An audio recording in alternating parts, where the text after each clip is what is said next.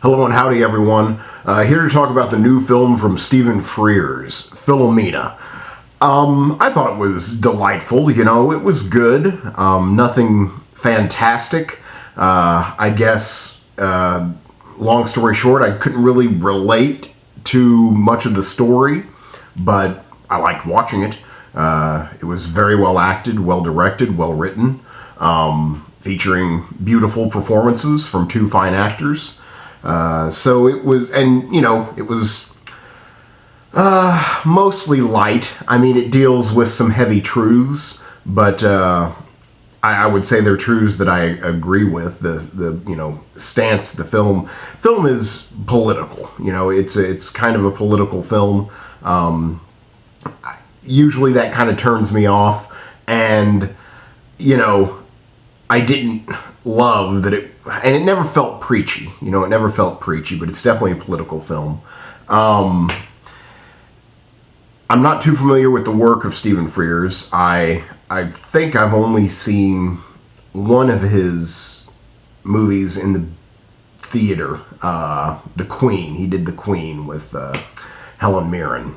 I think that's the only Stephen Frears film I've seen. So I'm not too familiar with his work. Here he's working primarily with Judi Dench. The film is about Philomena. She grew up in a orphanage, I guess you'd say, run by the Catholic Church. She had nuns looking after her, teaching her, every day of her life. She became pregnant at approximately the age of 14, while in the convent/orphanage, as was the practice at the time by that church. Her baby, she was, she gave birth to the baby, did so without painkillers. It's all a true story. It's a true story, taken from a novel. The guys, everyone's still alive, that the film deals with, so I'm sure that they had their input. So I'm, fairly certain that it's accurate. They weren't allowed to have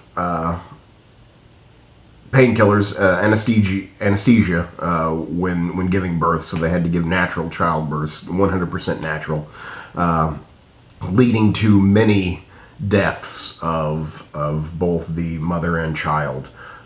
Sometimes only the mother, but Philomena survived, as did her baby boy. But since she's under the care of the church, her child is not her own. Her child is then, taken away from her, is adopted out to some wealthy Americans. And we see that this is a habitualized practice by the Catholic Church. It really sets up the Catholic Church as the bad guys. That you've got your other character in this film is Steve Coogan. He plays a disgraced political reporter. He actually gets fired for something he didn't say, but he's kind of considered collateral damage in a political war. So he's fired. He's shamed. His reputation is tarnished in the journalist circles. So he has to slum by doing a personal interest story, which normally he would never do. And his personal interest story is on Philomena, trying to get her son back, trying to find her son, and in doing so, expose the Catholic Church for their crimes against, young women. He is also a fierce atheist. They have conversations about, why do you believe in God? And you've got two, polar opposites basically going on a road trip. It's kind of a buddy comedy in a way, but dealing with a very serious subject matter. I suppose that's where one of my beefs with the film is. It just, the tone was just, it never was too extreme. You know, it was never too extreme, but, you know, sometimes you'd be laughing and having a good time, enjoying this light little story, and then it would just kind of gut punch you, and be, like, super serious for a little bit. And again, it's never that jarring, but it still isn't, you know, it's a speed bump, definitely. And it just kind of, I don't know, takes you out. So some of the tonal shifts could have been more subtle, you know, less like, again, it was sometimes like a gut punch, you know, again, where you're dealing with young mothers dying and abortion and you know, children being ripped away from their families. It's sometimes unpleasant. So they set out to find the son, and they go to America to follow the wealthy Americans that adopted them. I think that's pretty much all I'll say in terms of the plot. They have no problems finding the boy. So I'll just, you know, I think that's a good way to wrap up the storyline. They have no problems finding the boy once they get to America. Washington, D.C., to be specific. Here, the highlight of the film is the acting. You've got Judi Dench and Steve Coogan. Both, I mean, Judi Dench is a legend, you know. She's just amazing. You know, many times the shot is just her face and just a close-up of her face, and we just watch her emote. You know, we just watch her do her thing, and that's really, you know, all you need to see, pretty much. And she's just so fantastic, and, you know, her story, her face just tells her story just instantly. She's just really good. Steve Coogan is hilarious. You know, one of the best comic actors, I think, working. He also co-wrote this film. Again, it's taken from a novel. The book, or maybe perhaps it's a series of stories by the actual writer, the journalist who is featured in the film, who Steve Coogan portrays. Steve Coogan co-wrote the film. He's really good. You know, he's just really good here. He holds his own with Judi Dench. You know, he just really turns in a great performance. Both of them have to, you know, hit pretty much every note in the book. Just really fantastic performances throughout. Direction, nothing stylish. You know, it's very straightforward. I don't really think of, other than Guy Ritchie, I don't think of too many British filmmakers who are overtly stylish. Here, I just think it comes, you know, through, you know, honoring this story, and I definitely think they do. It's very funny. It's again, I want to say it's light, but yet then it's definitely heavy in some places, and that's what I'm talking about. The tone, you know, it kind of has some odd shifts there, but. It's mostly, you know, delightful and breezy, but it really sneaks up on you at the end.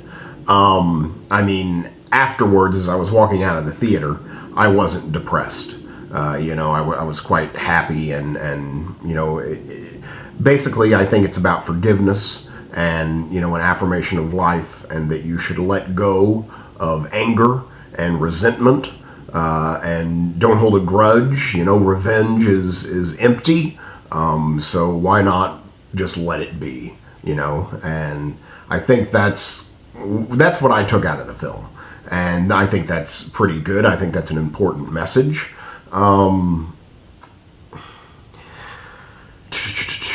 I don't know what else to say. I mean, I enjoyed it. Fantastic performances.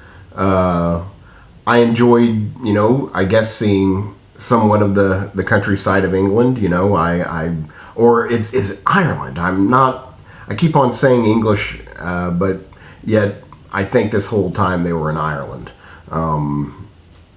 So I guess I enjoyed seeing the Irish countryside. Yeah, I've never been over there, so I hope I one day have money so that I can go to places in this world. But until that day, I'll have to deal with the movies. And the movies, it took me there. I felt, I enjoyed seeing the countryside of Ireland. And then, they hit all the big spots in D.C. as well. Well acted, well written, with, a very true message. Again, it's not for everyone in terms of politics. It's a very political film. It attacks the Catholic Church, but yet again, I'm talking about a film that's main theme is forgiveness and letting go of resentment and revenge. So I think at the end, it kind of makes up for the attacking in a way, not fully. I mean, you still got the Steve Coogan character who, detests religion and the Catholic Church. So he didn't really change. I mean, he can definitely, be, he's probably a lot less angry, but, he's still very disappointed in religion and the Catholic Church and what they've done to, to their followers over time.